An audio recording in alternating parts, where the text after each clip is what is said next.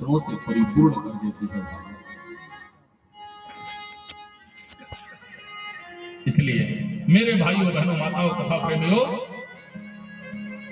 सुखदेव भगवान ने समाधि लगा ली और फिर व्यास जी ने प्रयास किया अपने 2 शिष्यों को भेजकर भागवत के 2 महामंत्र पढ़ा करके 2 शिष्यों को भेजा और उन्होंने जाकर के इन मंत्रों का वाचन किया और इन भागवत के इन 2 दिव्य मंत्रों के प्रभाव से सुखदेव जी की समाधि खुल गई। निराकार ब्रह्म की साधना में तटस्थ हुए सुखदेव, लेकिन भागवत के महामंत्र के प्रभाव से साकार ब्रह्म की उपासना में उनका मन प्रवृत्त हुआ, चित्त प्रवृत्त हुआ, बुद्धि प्रवृत्त हुई। जब श्लोकों में सुना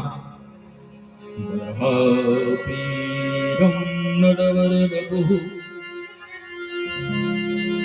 कर्णियो कर्णिकारम्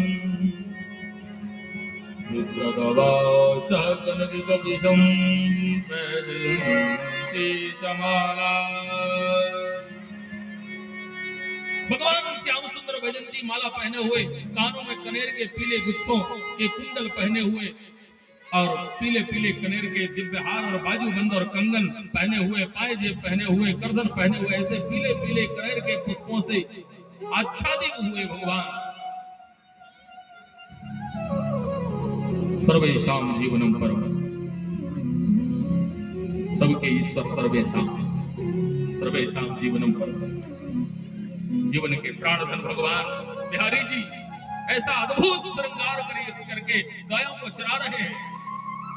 ये वर्णन जब सुखदेव जी जैसे योगी ने सुना, जिनका मन वहां लग चुका था कि कोई आकार नहीं है, वो निर्गुण ब्रह्म निराकार है, निर्गुणातीत है, कलातीत है, गुणातीत है, अनंत प्रभुत्व से भरा हुआ है, रूप रंग आकार विकार से मुक्त है वो ब्रह्म। वो निर्गुण है, निर्विशेष है, निर्लेप है, चिन्मय है, ज्योतिर्मय है, नादमय है, आह्लादमय है, आनंदमय है, प्रकाशमय है, सप्तमय है, अक्षरमय है। ऐसा निर्गुण निरंजन ज्ञान की साधना में डूबे हुए सुखदेव जी को सगुण साकार की उपासना में भागवत के 2 मंत्रों ने लाके खड़ा कर दिया।